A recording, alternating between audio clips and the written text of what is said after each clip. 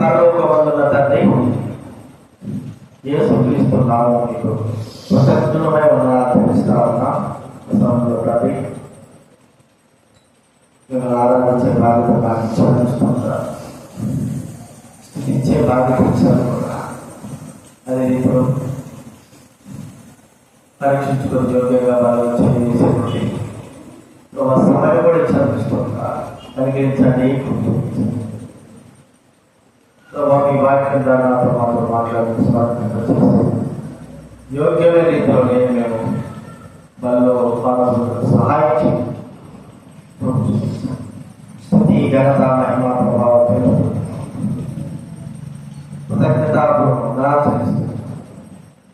స్థుతి ఆరాధన ప్రార్థన మీకు సమర్పించి వేడుచున్నా తండ్రి.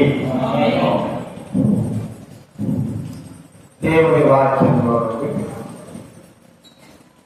కొరింథీయులకు రాసిన మొదటి పత్రిక 10వ అధ్యాయం. కొరింథీయులకు రాసిన మొదటి పత్రిక 10వ అధ్యాయము 15, 16, 17 చదువుతున్నారు. మొదటి కొరింథీయులకు రాసిన పత్రిక 10వ అధ్యాయము 16, 17 వచనాలు మనం అందరం కూడా కలిసి చదువుతుందా. మనము దీవించు ఆశీర్వచనము పాత్రలుగా క్రీస్తు రక్తంలో పాల్పంచుకుంటే కదా, మనము విడిచిపెట్టకుండా క్రీస్తు శరీరంలో పాల్పంచుకుంటే కదా, మనమందరము ఒకటే బిడ్డలు పాల్పంచుకుంటున్నాము. రొట్టె ఉంటే కనుక అనేకమైన మనం ఒక్క శరీరమై ఉన్నాము. అలాగే 133వ కీర్తన 133 మొదటి 3 వచనాలు అందరూ చదువుకుందాం. 133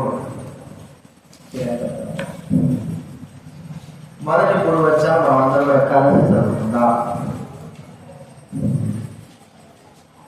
సహోదరులు ఐక్యత కలిగి నివసిస్తారు. మీరు ఎంత మనోహరమో అది సాపేత పోయబడి ఆరోగ్య గడ్డ మీద కారి అతని అంగీల అంచు వరకు దిగదారిన హరిమల తైలమని అంటున్నాం. సియోను పడవని నిర్మోహం మంచమని అంటున్నాం. ఆశీర్వాదము శాశ్వత జీవము అంతట ఉండవాలని యెహోవా సెలవిచ్చి ఉన్నారు.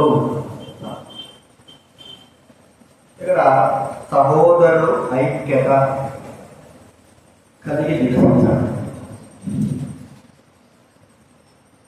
మన సంఘంలో దేవుడు తన శరీరంగా ఉంచాలి. సంఘం అంటే శరీరం అంటే సంఘం. కొలస్సీ రాసిన పత్రిక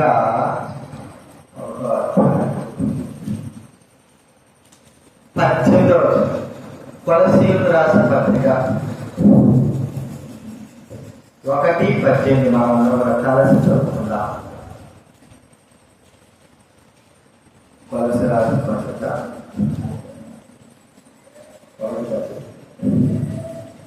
సంఘము అను శరీరములకు ఆయనే శిరస్సు. అలాగే సంఘము అను శరీరములకు. కాబట్టి సంఘము అనేది శరీరంతో పోల్చబడింది. శిరస్సు ప్రభువైన యేసుక్రీస్తు వారికి పోల్చబడింది. శిరస్సు నుండే మా శరీరంలో ప్రతి అవయవాలు నడవడానికి, పనిచేయడానికి కారణం.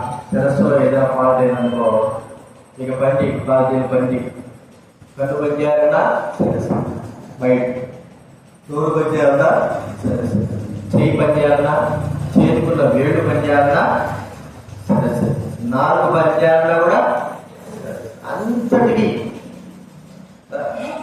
ఒక కరెంట్కి అంతా కూడా ఒకే ఒక మెయిన్ ఇస్తారు. ఆ మెయిన్ ఆపేస్తే అన్నీ అయిపోతుంది. కాబట్టి అలాగా శిరస్సు అయినటువంటి ప్రమైన దేవుడు యేసుక్రీస్తు శరీరం. అయితే శరీరంలో ఉన్నటువంటి ప్రతి అవయవాలు ఐక్యత కలిగి ఉంటాయి. ఐక్యత లేకుండా ఏ అవయవము ఏ శరీరం కూడా ఉండదు. ప్రతిది కూడా ఐక్యతతోనే అంటే కలిసి మెలిసి ఐక్యంగా ఒకటిగా ఏకంగా, ఒకవేళ వేరువేరుగా కనబడుతూ ఉండేటప్పుడు కానీ అన్ని కూడా శరీరంలో అతుక్కొని ఒకదానికి బంధం ఏర్పడినట్లుగా, ఒకదానికి అటాచ్డ్ ఉన్నట్లుగా మనం చూస్తాం. అలా ఉండడం ద్వారానే అనగా అలాగా అతుక్కుని ఉండడం ద్వారానే రక్త ప్రసరణ ప్రతి శరీరానికి, కాలు వెళ్ళే రక్తము చేతులు వెళ్ళచ్చు, చేతులు వెళ్ళే రక్తము మరి చర్మానికి వేలపడి వెళ్ళచ్చు. ఇలాగా ప్రతిదానికి రక్త ప్రసరణ అనేది అన్నిటికీ అటాచ్డ్ ఉంటారు. ఏది కూడా మరి తీసివేయదగినది కాదు. ఇది వద్దు అనడానికి శరీరంలో అన్ని అవయవాలు ప్రశస్తమైనవి, అన్ని అవయవాలు విలువైనవి, అన్ని అవయవాలు సమానమైనవి. ఏది లేకపోయినా, ఏది కొరతలున్నా కూడా చాలా కష్టం. కళ్ళు లేకపోతే బతకచ్చు కదా అంటే బతకచ్చు, కానీ జీవితాంతం కూడా ఇతరుల మీద ఆధారపడము. చేతులు లేకపోతే బతకచ్చు కదా అంటే బతకచ్చు, కానీ జీవితాంతం కూడా ఇతరుల మీద ఆధారపడాల్సి. కాళ్ళు లేకపోతే బతకచ్చు కదా అంటే బతకచ్చు, కానీ జీవితాంతం మనం ఇతరుల మీద ఆధారపడాల్సిందే.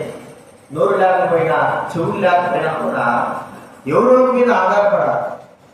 కానీ ఒక లోపం అనేది మనం చూస్తాం. లోపం ఉంటే శరీరంలో ఎంతో బాధ.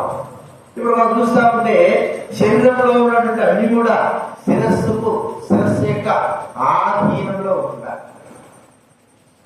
శిరస్సును బట్టి అన్ని కూడా కలిసి మెలిసి పనిచేయడంలో, పరిగెత్తడంలో, ఆలోచించడంలో, ఏదైనా తినడంలో, లేకపోతే కూర్చోవడంలో, పనుకోవడంలో, మన శరీరము ఏ పనులు చేస్తున్నాయో వాటన్నిటిలో కూడా మనకున్నటువంటి ప్రతి అవయవము కూడా అన్ని కలిసే ఆ పనులు చేస్తా ఉంటాయి. ఇప్పుడు ఒక విజయం పొందినాము అనుకోండి, విజయం పొందినంత మాత్రాన కుడి చేతితోనే ఏం చేస్తారు చెప్పండి? అందరూ కూడా ట్రోఫీ మంచి బహుమానం ఇస్తున్నారు. కుడి చేతులు తీసుకునేంత మాత్రాన మేమందరము చేయలేదా, నువ్వు ఒక్కదానే తీసుకుంటావు అనడానికి వీల్లేదు. అంటే అన్ని అవయవాలు పోరాడినాయి కాబట్టి విజయం పొందింది. కానీ ఆ విజయము మరి కుడి చేతులు తీసుకోవడంత మాత్రాన కుడి చేయికి మీద గొప్ప కదనిగా. తర్వాత ఎడం చేయికి మనం ఉంగరం పెట్టుకుంటాం. ఎడం చేయి బంగారం ఎడం చేయికే పెడతాం, కుడి చేయి పెడతారా? కుడి చేయి పెట్టం. ఎందుకు?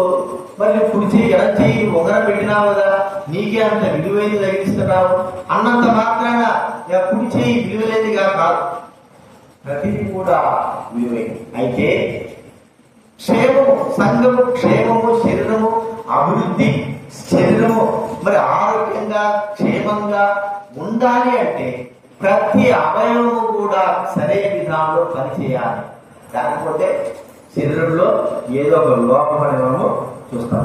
కలిసి మెలిసి చేసిన దాన్ని బట్టి మనం చూస్తాం. మొట్టమొదటి మనం చూస్తాం రెండు విషయాలు మనం చూస్తే చేతులు కదా, మనకు బాగా చేతులు, మన చేతులు లేకపోతే మనము ఏ పని కూడా చేయగలం. ప్రతి పని అందులో ఒక చేతితో కాదు కదా, రెండు చేతులతో చేస్తాం. రెండు చేతులకు ఉన్నటువంటి వేలు 5 వేలు కూడా కలిస్తేనే కానీ ఆ పని అనేది సంపూర్ణంగా కాదు, సంపూర్ణంగా చేయలేము. ఆ 5 వేలు కలిస్తేనే కానీ ఎంత బరువైనా సరే అవలేము. ఎంతగా చేతులు మనకు ఏమి చూపిస్తుంటున్నాయి? ఒకటి పనిని చూపిస్తారు. పని చేతులు, రెండు చేతులు కలిగి చిన్నపిల్లలు పని చేస్తారు, రేపు పని చేస్తారు. వాడు ఒక్క చేతులు రాలిస్తారు, ఇంకో చెయ్యి రా అంటే ఇంకో చెయ్యి వాడు ఉపయోగించాడు ఎప్పుడో ఒక్కోసారి. అయితే ఇచ్చినటువంటి పనికి త్వరగా మనం పని పూర్తి చేయొచ్చు, సక్రమంగా చేయొచ్చు, మరి అలుపు లేకుండా చేయొచ్చు, సంతోషంగా కూడా చేయొచ్చు. పని చేతులు మనకి ఏం చెప్తున్నారంటే పని రెండు చేతులు కలిసినప్పుడే అది ఎంతటి పని అయినా సరే మనం అవలీలగా చేయగలం. ఆ పని సంఘంలో ఉంటున్నటువంటి మనమందరం కూడా నెరవేర్చవలసిన వారుగా ఉన్నారు. సంఘము అభివృద్ధి కావాలి, సంఘము క్షేమాభివృద్ధి చెందాలి, సంఘము మరి బలంగా కావాలంటే పని ఆత్మీయమైన పని, శరీర సంబంధమైన పని మనం ఏం చేయాల్సిన వారు. సంఘం అభివృద్ధి కావాలంటే ఆత్మీయమైన పనిలో మన వంతు మనం కూడా పని చేయవలసిన వారంగా ఉంటున్నాం. చూడండి, సువార్త వెళ్తా ఉన్నాం. సువార్త వెళ్తా ఉంటే అందరూ వస్తూ ఉంటారు. బైక్ పెట్టుకున్న వాళ్ళు ఉంటారు, పాట పాడే ఉంటారు, వాయిద్యాలు వాయించేవారు ఉంటారు, ముందు నడిపించేవారు ఉంటారు, సైకిల్ పట్టుకునే వాళ్ళు ఉంటారు, వీళ్ళందరూ ఉంటారు. అయితే అట్లా వీళ్ళందరూ కూడా ఏమి సువార్త పత్రికలు ఏమి ఇవ్వరు.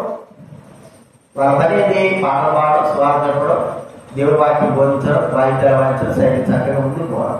అయితే వెనకుంటారు. వెనకున్న వాళ్ళు ఏం చేస్తారు? సువార్త పత్రికలు ఇస్తా ఉంటారు. ఎవరు ఇవ్వకపోయినా, ఇక సువార్త పత్రికలు ఇవ్వకపోయినా, లేకపోతే సువార్త వాక్యం చెప్పేటువంటి వారు లేకపోయినా, సువార్తలో ఏదో ఒక కొరత అని మనము చూస్తాం. అందరూ కలిసి చేసిన పనికి ప్రతిఫలముగా ఆత్మలను దేవుడు ఏం చేస్తున్నాడు? రక్షించేవారుగా ఉంటాడు. ఇది ఆత్మ సంబంధమైనటువంటి పని బాగా చేసేవారు. అందుకే సంఘాల అభివృద్ధి కావాలని కారణం ఏంటంటే అపోస్తలుల కార్యం చూస్తే అందరూ చెరిగిపోయి వారు ఆయా ప్రాంతాల్లో సువార్త ఇచ్చారు. తర్వాత హెచ్చరిస్తూ వచ్చారు, స్వస్థపరిచే వారికి స్వస్థపరుస్తూ వచ్చారు. ఆయా గ్రామాల్లో దేవుడి బిడ్డలుగా ప్రభువులు నడిపిస్తూ వచ్చారు. వారిని సక్రమంగా నడిపించేటువంటి మార్గంలోకి వచ్చారు. ఇలాగా చేయడం ద్వారా ఏమైపోయింది? గంగారామణ దాని ముందు చెప్పు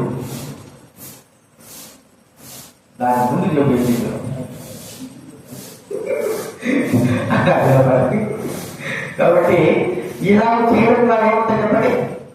సంఘము క్షేమాభివృద్ధి. అంటే పనిలో లోపము కొద్దిగా వచ్చినా కూడా ఆ పని సక్రమంగా జరగకపోతే ఎంతో నష్టం.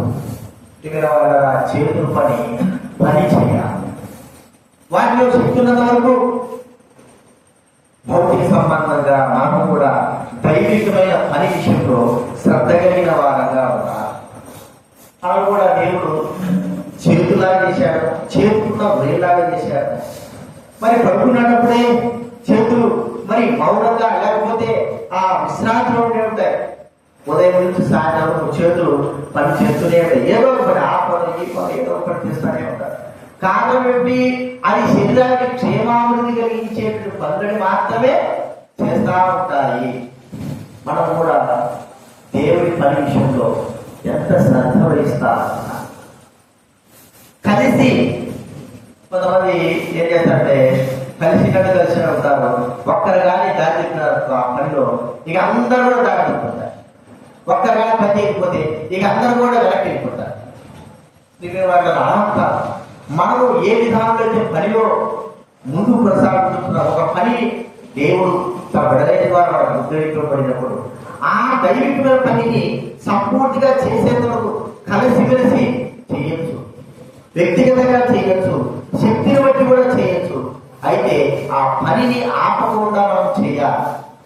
ఇది చేతులేకుండా దేవుని పనిలో మనం ఏం చేయాలి? బాగా శ్రద్ధ కలిగిన వారంగా. ఎందుకంటే మనం పోయేటువంటి పాత్ర అంటే మనం పోయే ఈ లోకం కొరకు మాత్రమే మనం దేవుడి కొరకే ఏదైనా చేయగలిగి పనులు చేసి శక్తిని విచ్చడం. కానీ ఈ లోకం విడిచిన తర్వాత మనకి ఏ పని ఉండదు. చూడండి, ప్రసంగి గ్రంథం 9వ అధ్యాయం 10వ వచనం. ప్రసంగి 9:10. నీ చేతికి వచ్చిన ఏ పనినైనను నీ శక్తి లోపం లేకుండా చేయి. తెలియని జ్ఞానమైన నువ్వు నీ చేతికి వచ్చిందే ఆ పని శక్తి లోపం లేకుండా వాటి శక్తి లోపం లేకుండా మనం ఎప్పుడైతే ఆ పనులు చేస్తామో ఈ దినాల్లో శక్తిని దేవుడి కొరకు ఉపయోగించడానికి కూడా కష్టమైపోతాం. దేవుడి కొరకే మన శక్తిని మన బలాన్ని ఉపయోగించగలుగుతున్నాం.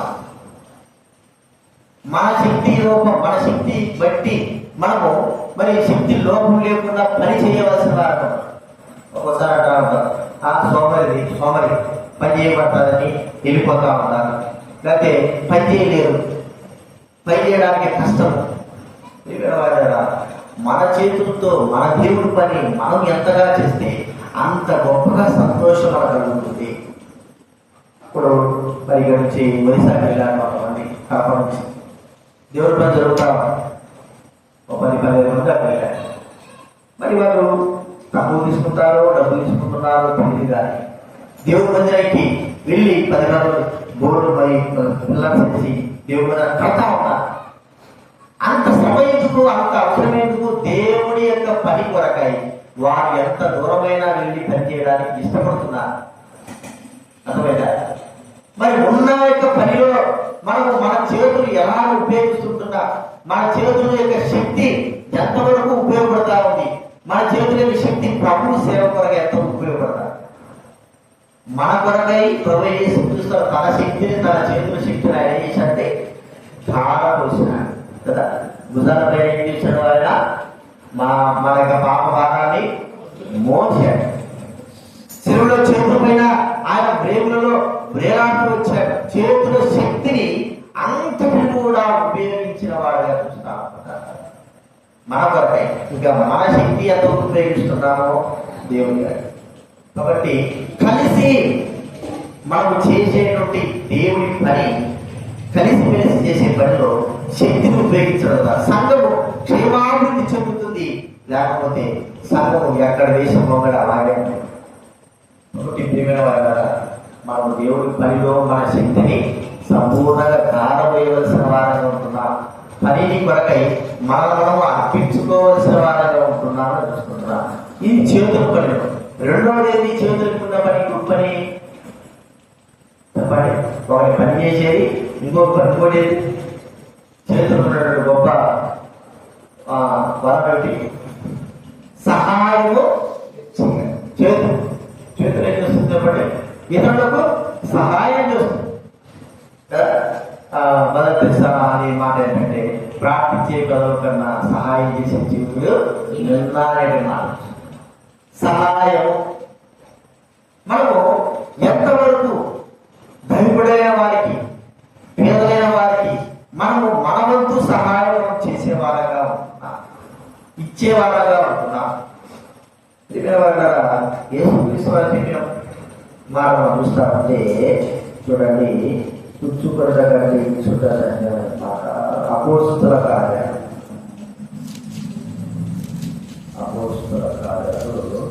20వ అధ్యాయము 35 వస్తుంది. 20-35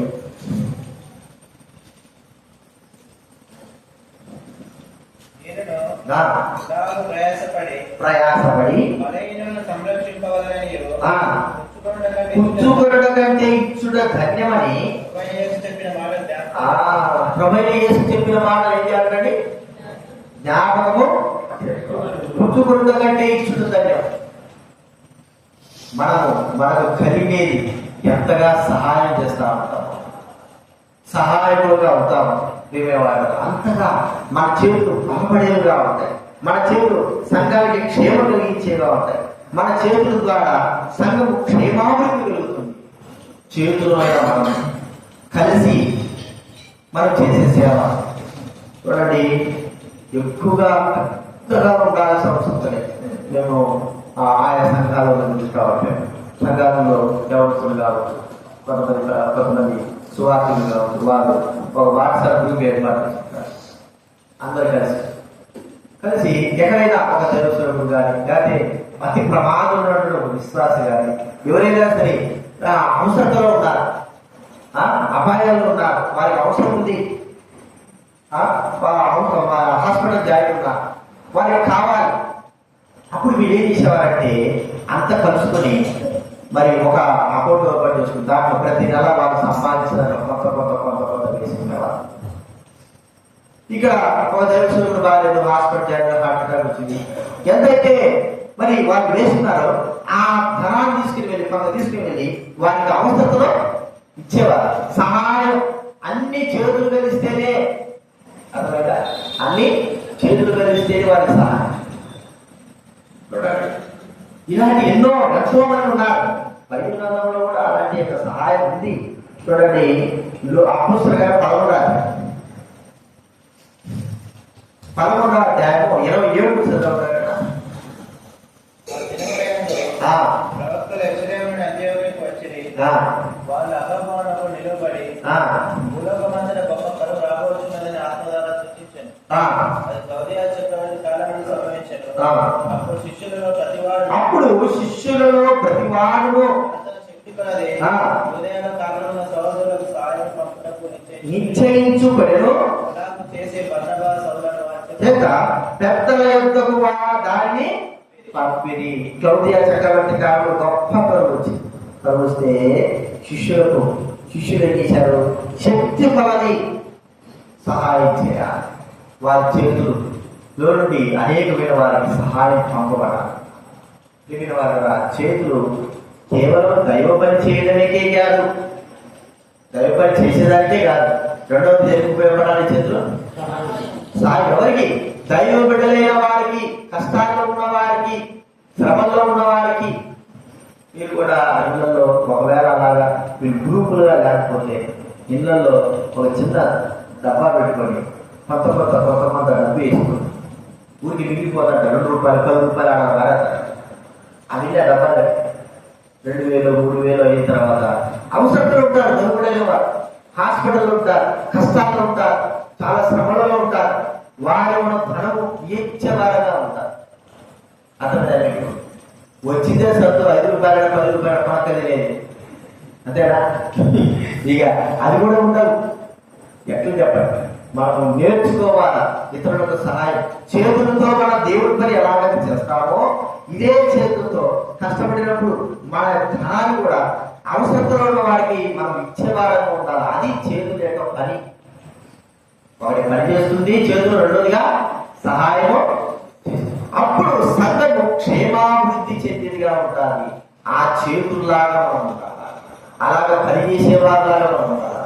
అలాగా కలిసి సహాయం చేసేవారిలాగా మనం ఉండాలని దేవుడు వారికి నాకు ఇక్కడ బోధిపోతారు. కాబట్టి సంఘము క్షేమం అన్ని అవయవాలు ఆయా పనులు చేయకపోవచ్చు, కానీ చేతులు చేయవలసిన పనులు చేతులు చేయాల్సిందే. ఇది చేతుల పని. కలిసి చేసిన దాన్ని బట్టి సంఘంలో ఏ పని చేస్తారు అందరూ కలిసి చేస్తే ఏం చెప్తారు చెప్పండి? ఇప్పుడు అందరూ కలిసి చేస్తే మనవాడి పక్కన గోడ చేసి అంతా కలిసి అన్ని ఊడ్చి సరి చేస్తే ఒక పని ఒకే వ్యక్తి చేస్తే అంత చేయొచ్చు, ఒకే వ్యక్తి చేస్తాడు. కానీ సమయం ఎక్కువ, భారం ఎక్కువ, మరి కష్టం ఎక్కువ. అయితే అందరూ చేస్తే సమయం తక్కువ, భారం తక్కువ, కష్టం కూడా ఉండదు. అందుకు అందరూ కలిసి దేవుని పనులు చేయాలి. అందరూ కలిసి దేవుని సహాయం చేయాలి. దేవుని బిడ్డలకు సహాయం చేయాలని కూడా చూస్తున్నాం. రెండవదిగా చేతులు కదండి. మొదటి ఏం చూసినామో కాళ్ళు, చేతులు, తర్వాత కాళ్ళు చూస్తే కాళ్ళు లేని మనం ఎక్కడికి కూడా పోలే, ఇతరులు సహాయపడాలి. కాళ్ళు మరి దేవునికి గుర్తుగా ఉంది. కాళ్ళు అనేది దేని గుర్తు? బైబిల్ గ్రంథంలో ఏం చెప్పబడిందంటే మరి నీ యొక్క పాదములు సుందరములు, సువార్త ప్రకటించు వారి పాదములు సుందరములు. దేవుని సేవ కొరకై మనము మన పాదములను ఉపయోగించవలసిన వారు. లోకము యొక్క సేవ కొరకై ఎంతగా పరిగెత్తి మనం మరి సేవ చేశాము. దేవుని సేవ కొరకై మనం ఎంత దూరమైనా సరే వెళ్ళి దేవుని సేవలో వెళ్ళాలా, పాల్గొందా. చూడండి, ఈ నెల 12 నెల ఏప్రిల్ మే 5, 6, 7, 5 నుంచి 10 వరకు మరి పరిశుద్ధ సమాజం జైలవారు. తర్వాత యూత్ క్యాంప్ ఉంటాం. ఈ దేవుని సేవ కొరకై మనం ఏం చేయాలంటే దూరంకు వెళ్ళి మన పాదంలో అంటే మన పాదాలు దేవుని సేవ కొరకై పరిగెత్తినట్లుగా వెళ్ళి అక్కడ మన పాదాలను ఉపయోగించే వారంగా ఉండాలి. పాదాలు చాలా ప్రాముఖ్యమైనది. పాదాలు రెండు విషయాలంటే, ఒకటి ఘనతకు పాదములు ఉపయోగిస్తాము, రెండోది ఘనహీనతకు కూడా పాదాన్ని ఉపయోగిస్తాము. ఎవరైనా కాత తగ్గాడనుకో ఏమంటారు, వాళ్ళు కాత ధరించుకున్నాడు అంటే. ఎవరైనా పెద్దవాడే కానీ చిన్నోడికి కాలు ముక్కినాడు అనుకో, ఇప్పుడు చూడవాడు కాలు ముక్కినాడు ఎంత గొప్పవాడు, కాలు ముక్కినాడు ఎంత తగ్గింపు కలిగినవాడు, రెండు విధాలు ఉపయోగిస్తాం. కాదంటే ఘనహీనతకు, కాలు మురికితే ఘనతను మనం చూస్తాం. పాదములు ఘనతకు కారణం కావాలి. మన పాదాలు శరీరము క్షేమాభివృద్ధి చెంది ఆరోగ్యకరంగా ఉండాలి, సరైన విధానం నడవాలి, సరైన విధానం నిలిచి ఉండాలంటే పాదాలు చాలా ప్రాముఖ్యం. కదా ఈ పాదములు మరి ఎంత ప్రాముఖ్యమైనటువంటి మనం నిలబెట్టేవిగా, మన సేవా జీవితంలో నడిపించేవిగా, సేవా జీవితంలో నడవని నేర్చుకునేవిగా చూస్తాం. సేవలో మనం నేర్చుకోకపోతే, సేవలో మనం నడవకపోతే, సేవలో మనం పరిగెత్తకపోతే, సేవలో మనం నిలిచి ఉండలేకపోతే పాదలో ఉన్న ప్రయోజనం లేదు. ఒక పుట్టివాడు ఎంతసేపు నిలబడగలరు? మంచి ఆరోగ్యం కలిగిన వాడు ఎంతసేపు నిలబడడానికి నిలిచి ఉంటాడు. ఆ వ్యక్తి పాదములు కలిగిన వాడు, మంచి పాదములు కలిగిన వాడు కాబట్టి శక్తి కలిగి దేవుని సేవలో ముందుకు కొనసాగేవాడుగా ఉంటాడు. లేకపోతే పాదాలు మరి లేకపోతే మరి ఏమి కూడా చేయండి పాదాలు. ఇది పాదాలలో ఒకటి. సేవా పరిచయంలో మనం ఏం కావాలా? ముందుకు కొనసాగాలి. రెండోది, ఈ పాదాలు దేనికి గుర్తుకు అవుతున్నాయంటే ప్రార్థనకు. దేనికి? ప్రార్థన. ప్రార్థనకి ఎంతమంది వస్తున్నాం? సంఘ ప్రార్థన కానీ, మామూలు ప్రార్థన కానీ నేను వస్తుంది. ఇంటిగా సుఖాలు మరిగిపోయిన కూర్చోవడం, ఫ్యాన్ వేసుకోవడం, సోఫా సెట్ కూర్చోవడం, ప్రార్థనే లేదు. ఏమనంటే ఆరోగ్యం బాగా సమయం ఉండి కూడా మనం రాకపోతుంటున్నా. సమయం ఉండి కూడా ప్రార్థన దేని గుర్తుకు వస్తాడు? పాడాలంటే ప్రార్థన. ప్రార్థనా సమయానికి మనం ఆ ప్రార్థన సమయం ఇచ్చేయాలంటే దానికి మనం కేటాయించాలా. మరి మంగళవారం మనం పెట్టుకున్నాం, రెండో శనివారం పెట్టుకున్నాం, మరి చివరి రోజు పెట్టుకున్నాం. ఆ దాన్ని కేటాయించాలా. సాధ్యమైనంత కాదు, 99% ఏ పనులు కూడా పెట్టుకోకూడదు. అనారోగ్యం ఉండాలి ఎన్ని చెప్పేది కాదు. ఎప్పుడు వస్తారు అనారోగ్యం? పాత్ర కూడా వస్తారు అనారోగ్యం. మిగతా రాదు అనారోగ్యం, మిగతాటప్పుడు రాదు, పాత్ర కూడా వస్తారు అనారోగ్యం. కాబట్టి మనం గుర్తించాల్సిందంటే సంఘ ప్రార్థన. ప్రతి వారం మేము పెడతాము, 2 వారాలు జరిగింది, మేము పెడుతున్నాము. మరి ఎంతమంది ఈ యొక్క ప్రార్థన కొరకై రాగలుగుతా ఉంటాం? ఎంతమంది దేవుడి మరి సంఘ ప్రార్థన కొరకై మనం శ్రద్ధ వహించి వస్తున్నాం? ఎవరంటే బైబిల్ లేవు, అయ్యి వీళ్ళు పెడుతున్నా కానీ ఆశ లేదు. ఆశ లేదు. చెయ్యాలా, వెళ్ళాలా, ప్రార్థించాలా, ప్రార్థనకు అక్కడ వెళ్ళి ప్రార్థన చెయ్యాలా అనేటువంటి అనుభవం మనకు లేదు. దూరం ప్రాముఖ్యం కాదు, వెళ్ళడం అనేది ప్రాముఖ్యం. దూరం ఎందుకు ఫోన్ చేశారంటో అనుకుంటుండేది ప్రార్థన అన్నది ఎందుకంటే మన యొక్క క్షేమం కొరకు. ఎప్పుడైతే మనకు వచ్చింది సంఘ క్షేమంలో మొదటి భాగం అంటే ప్రార్థనా పరులే సంఘ క్షేమాన్ని, సంఘం నిలబెట్టడానికి కారణం. ఇళ్ళగాడ కూర్చున్నటువంటి కాదు. ఇళ్ళగాడ కూర్చున్నటువంటి భయ మాట్లాడతారు, అయ్యా మాట ఈ మాట ఎన్నో మాట్లాడతారు. అది కాదు ముఖ్యం. ప్రార్థనకు వచ్చిన వాళ్ళే సంఘంలో క్షేమంగా చేసిన వాళ్ళు రావాలి. ఒకసారి కాకపోతే రెండోసారి మూడోసారి ఖచ్చితంగా ఆ సమయంలో మనం అందుకోవాలి. ఎక్కడైతే మనకు ప్రార్థన అనేది ఉందో అక్కడ మనం రావాలి. కాళ్ళు ఆ ప్రార్థన యొక్క అనుభవం ద్వారానే సంఘము క్షేమము చెందుతుంది. కాదు దేనికి గుర్తు చెప్పండి? దేవుని యొక్క ప్రార్థన, దేవుడితో ప్రార్థించడానికి గుర్తు. రెండోదిగా దేవుని సేవ చేసేందుకు. నీ సేవ చేసుకోవడానికి, నీ పనులు చేసుకోవడానికి కాదు, దేవుడు కలిపి సాధించింది. ఇటు నీ పనులు చేసుకున్నా దేవుడి పనులు కూడా చేయడానికి కాదు దేవుడు అనుగ్రహించి ఉంటున్నాడు. అది మనం గుర్తుంచుకోవాలి. ఇది రెండోది మనం చూసుకుంటున్నాం. మూడోది మనం చూస్తామంటే మన అంటే శరీరం అడగవారు కాళ్ళు చేతులు. మూడోదిగా పొట్ట కదా, కడుపులో ఉండేటన్నీ కూడా. కడుపు లేకపోతే, కడుపులో జీర్ణాశయం లేకపోతే చెప్పండి, కడుపులో ఆయన అవయవాలు లేకపోతే ఒక్కోటి మనం వివరించుకుంటకపోతే అసలు సమయం సరిపోదు, అంతగా మనం వివరించాలి. ఈ కడుపు అనేది దేన్ని సూచిస్తా? అందరికీ అన్ని అవయవాలకు శక్తి ఎక్కడి పోదండి? కడుపులో నుంచి కదా అన్ని అవయవాలకు శక్తి కడుపు. ఆ అవయవాలన్నింటికి ఆహారము మనము తింటేనే తప్ప, లోపలికి వెళ్ళి అరిగితేనే తప్ప ఈ రక్తము కానీ బలము కానీ ఏది కూడా మన వచ్చి మనకి రావాలంటే కడుపులోకి ఖచ్చితంగా ఆహారము వెళ్ళాలి. ఆహారం వెళితేనే మనకు శక్తి బలం. ఒక సంఘ క్షేమము పొందాలంటే ఆహారం దేని గుర్తుగా ఉంది చెప్పండి? దేని గుర్తుగా? దేవుడి వాక్యానికి గుర్తు. ఆహారం దేని గుర్తు? దేవుడి వాక్యం. దేవుడి వాక్యానికి, దేవుడి వాక్యము మనలో ఎంతైతే కార్యసాధకం కలుగుతా ఉంటుందో, ఎంతగా వాక్యమును ధ్యానిస్తామో, ఎంతగా వాక్యాన్ని చదువుతామో, ఆ వాక్యము మన ఆత్మకి ఎంతగా మనం పోషించుకుంటామో అంతగా ఆత్మీయమైనటువంటి అభివృద్ధికి శరీరానికి కలగజేసే వారంగా ఉంటారు. మన శరీరము ఏం తినకోకుండా మౌనంగా ఉంటున్నట్టు అంటే ఇప్పుడు అన్ని పదార్థాలు తినాలా, దాటి చెప్పేసి అన్ని తినాలా. కొన్ని మనం తిన మనకి ఇష్టం ఉండదు కదా, పిల్లలకి కొంతమందికి చాలా ఇష్టం ఉండదు. ఒకరికైతే పెరుగు అంటే ఇష్టం ఉండదు కదా, పెరుగు మాత్రం తాగాల్సిందే, కానీ ఇష్టం ఉండదు తినడం.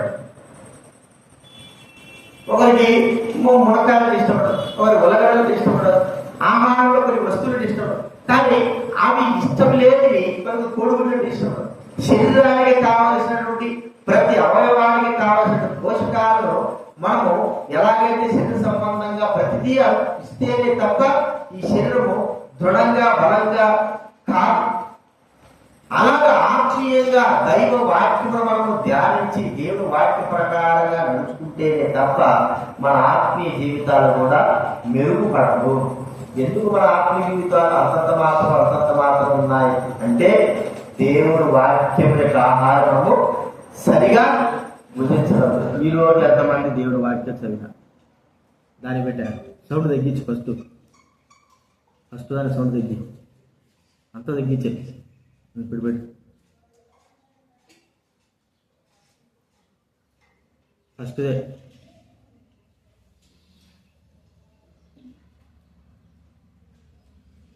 Hello hello hello hello hello ఏది పెట్టావు? ఫస్ట్ది పెట్టు.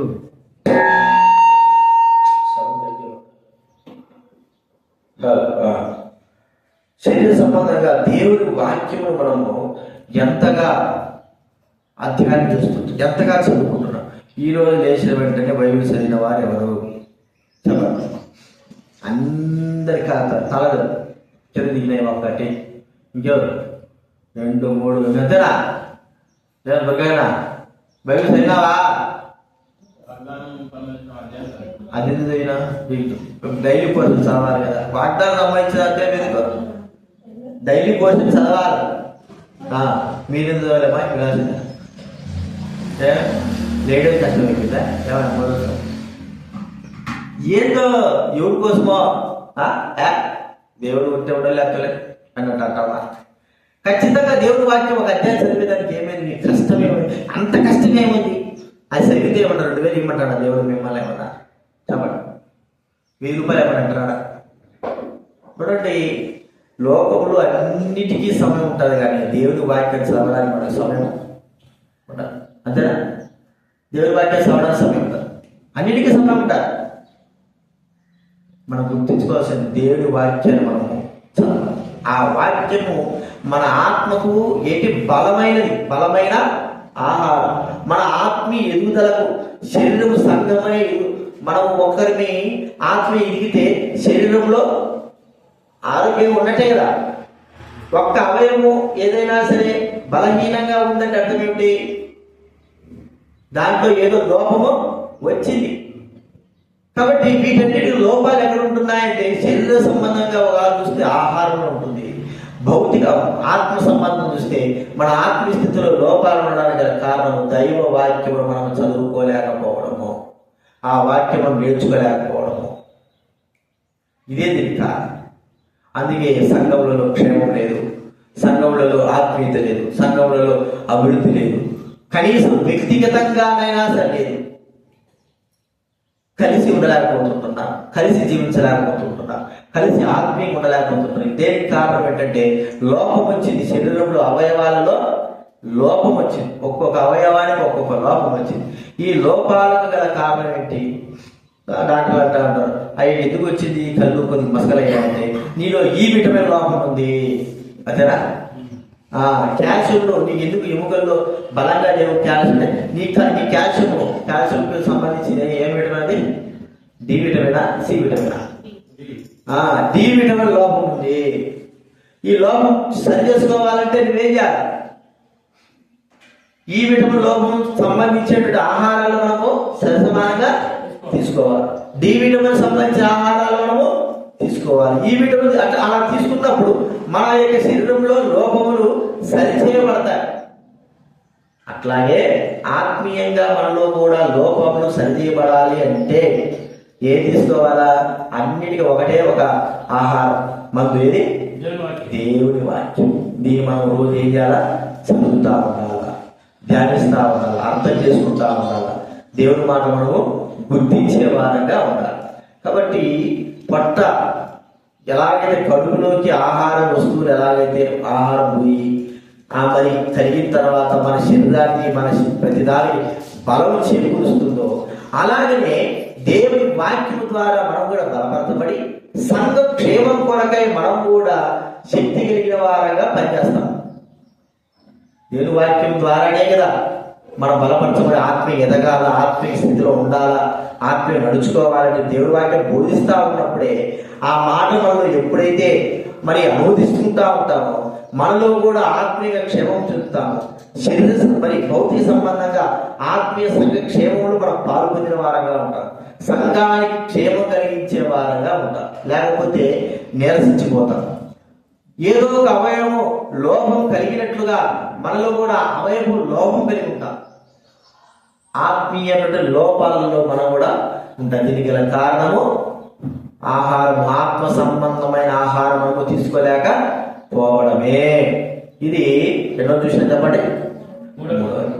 చెప్పండి. 4 చూస్తే కన్నులు ఇంకా ఉన్నాయి, కొద్ది రోజులు ఇవన్నీ చెప్పుకుంటే మనం ఎక్కువైపోతుంది. కన్నులు చాలా ప్రాముఖ్యమైన. కన్నులు లేకపోతే మన జీవితంలో ఏమి కూడా మనం చేయలేము, అడుగు కూడా మనం వెళ్ళలేము. ఎక్కడ కూర్చున్న వాళ్ళు వాడే ఉంటారు. కన్నులు ఉండి ఏమి చేయలేని వారుగా ఉంటారు. అప్పుడు ఏం జరిగినట్టు? కన్ను నుండి కూడా మనం రోడ్లో పోతున్నాం, ఏమి మరి వెలుతురు లేదు. కన్నులు ఉన్నాయి కానీ మనకి ఏం కనలేదు, చీకటిని బట్టి ఏం కనపడలా, మౌనమై ఉంటాం. కన్నులు చాలా ప్రాముఖ్యమైనవి. ఈ కన్నుల ద్వారా మనము సరిగా నడుస్తున్నామా, చక్కగా అన్నం తింటున్నామా, భోజనం చేస్తున్నామా, మరి ఇతరులు ప్రమాదాలు వచ్చి గమనిస్తుంటున్నామా, మరి అర్థమాట కాదు మనం ఎలాగ కూర్చుంటున్నాం, వేస్తుంటున్నాం, ఎక్కడ ఏం చేస్తున్నాం, ఏం జరుగుతా ఉంది, ఎలా నడుస్తుంటున్నాం, మనకు అన్ని కూడా సకలం కనబడేది కన్నుల ద్వారానే. ఈ కన్నులు అనేటి మరి ఆత్మ శరీర సంబంధమైన కన్నులు మన జీవితాల్లో మనం నడిపించినట్లుగానే మన ఆత్మ సంబంధమైన కన్నులు కూడా మనకు చాలా ప్రాముఖ్యమైనది. దేవుని యొక్క సంఘంలో మనం కూడా ఆత్మ సంబంధమైన కన్నుల వలె ఉండాలా. కన్నులు అంటే అర్థం ఏంటి? చూపించేవారు, చూపు కలిగిన వారు. కొంతమందికి చూపు ఉండదు కానీ కన్నులు ఉన్నాయి, కానీ చూపు మందగించిపోయింటారు, కనబడదు. దూరం కనబడదు, దగ్గర కనబడదు. కొన్ని విషయాలు అద్దాలు పెడితేనే కానీ కనబడదు. కన్నులు ఉన్నాయి కానీ కనబడదు. శక్తి లోపం. ప్రియమైన వారి కదా, మనము ఇతరులైన వారిని మనము ఇదివరకు ఇతరుల యొక్క మరి వారికి చెప్పినట్లుగా లేకపోతే వారు ఏదో నడిపించి నడుస్తూ వచ్చాం, ఇప్పుడు నడుస్తూ ఉన్నాం. తర్వాత మనము ఈ అనుభవాల్లో వచ్చిన తర్వాత మనం కూడా ఇతరులు నడిపించేటువంటి అనుభవంలోకి రావాలి.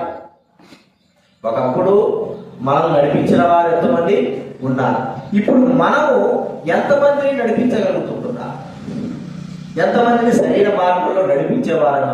ఎప్పుడు మనము సియోను కుమారి ఏమిటన్నా ఎందుకు నిద్రపోతున్నా ఇంటికంటే కదా తెలియదు చెప్పు, ఏందో నిద్ర కళ్ళు మూసుకొని నిద్రపోతున్నా. కూల్ కలర్ పెట్టుకో, నల్ల కలర్ పెట్టుకో, కళ్ళు కలర్. కానీ మనం చూస్తే కళ్ళు చాలా ప్రాముఖ్యమే. ఈ కన్నుల ద్వారా మనం గుర్తించాల్సింది ఏంటంటే, ఇది వరకు మనం నడిపించేటువంటి వారు ఉన్నారు, నడిపించినారు, నేర్చుకున్నాం, నడిచినాం. అయితే ఇప్పుడు మనము ఏ విధానంలో నడుస్తుంటున్నాం, మన కన్నుల ద్వారా ఇతరులైన వారు ఎలాగ నడుస్తున్నారు, ఆత్మీయంగా సరైన మార్గంలో, వారు సరైన విధానంలో ఇతరులకు మన కన్నులు ఎలా ఉపయోగపడుతున్నాయి. బైబిల్ గ్రంథంలో మాటలు చూడండి. నిర్గమ కావ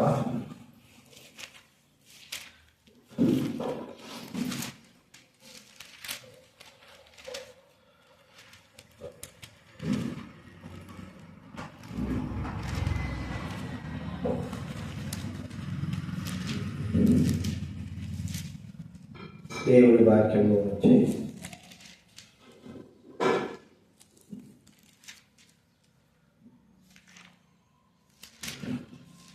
కన్నుల వల్లే ఉంది అని మాట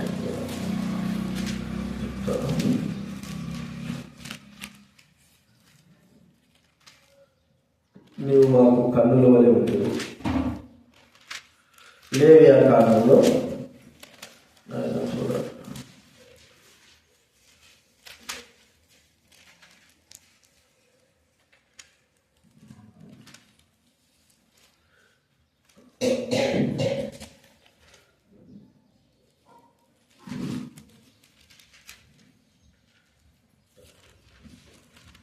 మోషే మామైనటువంటి మరి యాయీరు తన యొక్క వారు మరి కుమారుల గురించి ఇక్కడ చెప్పడం మారవడం చూస్తా.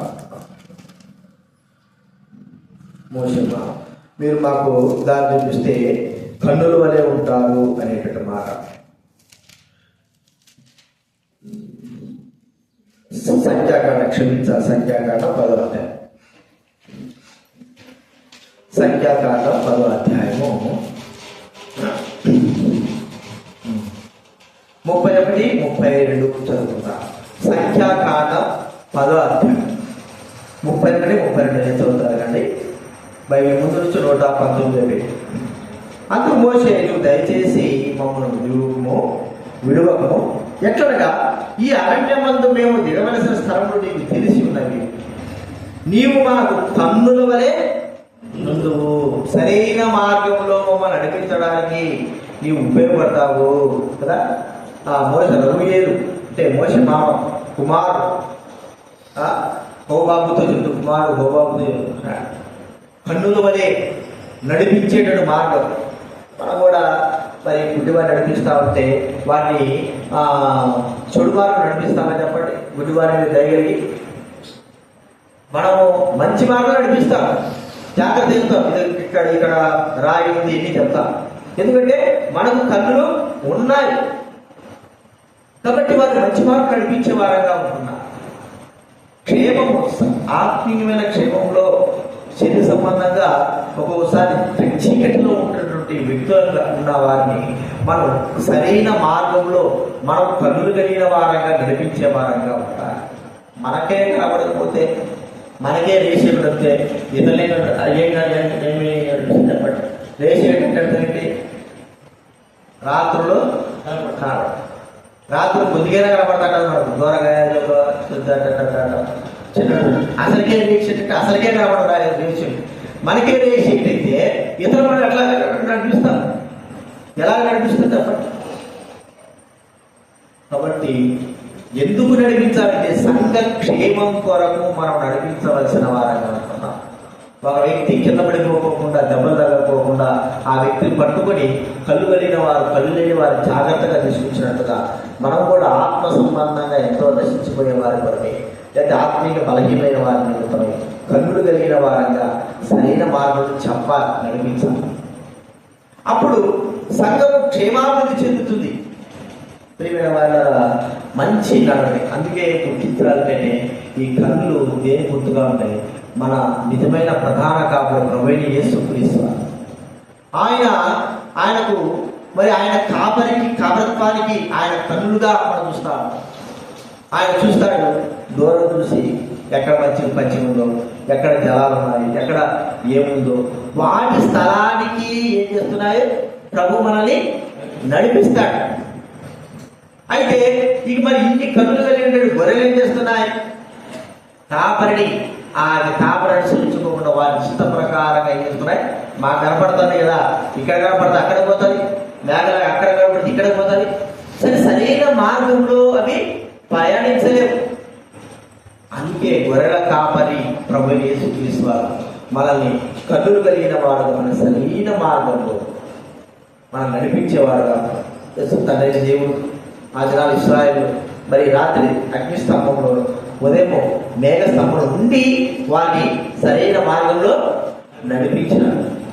నడిపింపు కన్నులు కలిగి మరి తూర్పు దేశం జ్ఞానులు నక్షత్రం ఏం చేసిన వారిని సరిగా ఆయన వారి యేసు దగ్గరికే నడిపించేసింది. కాబట్టి కన్నులు కలిగిన మన జీవితాల్లో ఆత్మీయముగా కన్నులు కలిగి అన్ని చూడగలిగి ఏది మంచి ఏది చెడు వివేచించగలిగిన మనము మరి ఇతరులు నశించిపోతా ఉన్నప్పుడు వారిని సరైన విధానంలో చెప్పవలసిన వారంగా, నడిపించవలసిన వారంగా అనుకున్నాం.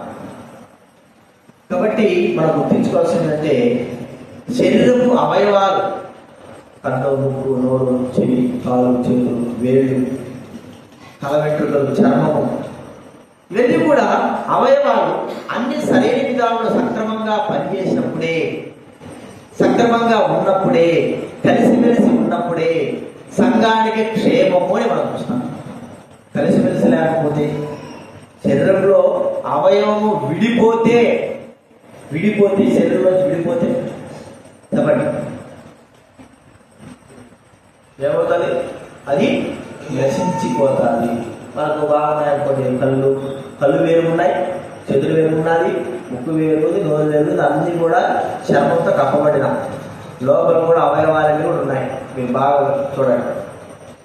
గొంతు ముదులుకొని మనకు మరి మోషన్స్ వచ్చే దగ్గర వరకు కూడా అన్ని అవయవాలు ఒకదాంతో ఒకటే జాయింట్ ఉంటాయి. ఖచ్చితంగా జాయింట్. కిడ్నీలు వేరు ఉండవు, అవి కూడా కలిసే ఉంటాయి. పేగులు వేరు ఉండదు, అవి కూడా కలిసే ఉంటాయి. లివర్ వేరు ఉండదు, అవి కూడా కలిసే ఉంటాయి. అర్థం కదా? అన్ని జాయింట్ ఒకదాని అన్ని జాయింట్. ఆ జాయింట్లలో ఏది జాయింట్ పోయిందనుకో ఇక అవయవం ఏమైపోతుంది? పనిచేసి అయిపోతుంది. అన్ని కలిసి ఉన్నప్పుడే ప్రతిదీ కూడా సంఘానికి క్షేమం అని మనము చూస్తా ఉన్నాం. కాబట్టి ఆ ఆత్మ ఐక్యత కలిగిన వారంగా, ఆత్మీయంగా మనము దేవుని సంఘంలో చేర్చబడిన అవయవాలమైన మనము మన క్షేమం ఎలా ఉంది, మన ఆత్మీయ అభివృద్ధి ఎలా ఉంది, ఇతరులని ఎలాగ క్షేమం కలిగిన వారంగా మనం మరి నడిపిస్తా ఉంటున్నాం, ఏ విధాలు మనం పనిచేస్తున్నా, ఏ విధాలు సేవ చేస్తుంటున్నా, ఎలాగ మనం నడుస్తూ ఉంటున్నా, ఏ మార్గంలో నడుస్తుంటున్నా, సంఘానికి మన ద్వారా ఎంత క్షేమం కలుగుతా ఉంది, కలిసి మనము సంఘంలో క్షేమాభివృద్ధిగా ఎలాగ చేస్తా ఉంటున్నా మనం పరీక్షించుకోవాలి. అవయవం వేరైపోతే, మరి అవయవం దూరం అయిపోతే, అందుకే బైబిల్లో ప్రభు అన్నాడు, ద్రాక్ష తీగలు మరి ద్రాక్ష బల్లి తీగలు నాలో నిలుచుంటేనే కానీ మీరు ఫలించండి. తీగలు వేరుగా ఉన్నాయని కాదు, చెట్టు సారం నుంచి, ద్రాక్ష బల్లి చెట్టులో నుంచి వచ్చే సారం తీగల లోపలికి వెళ్తేనే కానీ తీగలో ఆ ఫలాలను మనము చూడలేము. అంటే అంత చిన్న తీగలో కూడా సారము వెళ్తా ఉంది కాబట్టే ఫలాలు వస్తున్నాయి. కాబట్టి శరీరంలో కూడా అన్ని అవయవాలు బాగా పనిచేయాలా, కలిసి ఉండాలంటే ప్రభువుతో మనం సన్నిహిత సంబంధం కలిగిన వారంగా ఉండాలి. ఆ సంబంధం ఎప్పుడైతే తెగిపోతుందో, వ్యక్తిగతంగా తెగిపోతుందో సంఘానికి నష్టం. కదండి. కిడ్నీలో ఒకటి పాడైపోతే దేవుడికి నష్టమా? కాలు నష్టమా? కాలికే నష్టమా? కంటికే నష్టమా? నోటికే నష్టమా? కాబట్టి సర్వ శరీరానికే నష్టం. కన్ను పాడైపోయింది అనుకో, కాలికే నష్టమా? చేతికే నష్టమా? వేళ్ళకే నష్టమా? ఎవరికి నష్టం? మొత్తం శరీరానికి నష్టం. చెవి పాడైపోయినా, చేతులు పాడైపోయినా, ఏదైనా సరే శరీరంలో ఏ అవయవం అయితే పాడైపోతుందో అది కేవలం దాని ఒక్కటి నష్టమేనే కాదు, శరీరానికి అంతటి కూడా నష్టాన్ని తీసుకొస్తుంది. వాటి గుర్తుంచుకోదగ్గ విషయం. కలిసి దేవుని సేవా పరిచయంలో ఆయన సంఘం అనే శరీరంలో అవయవం ఉంది. ఆయన శరీరానికి క్షేమాభివృద్ధి కలిగించే వారిని మన జీవితాలు ఉన్నట్లు ప్రార్థన చేసుకుంటా.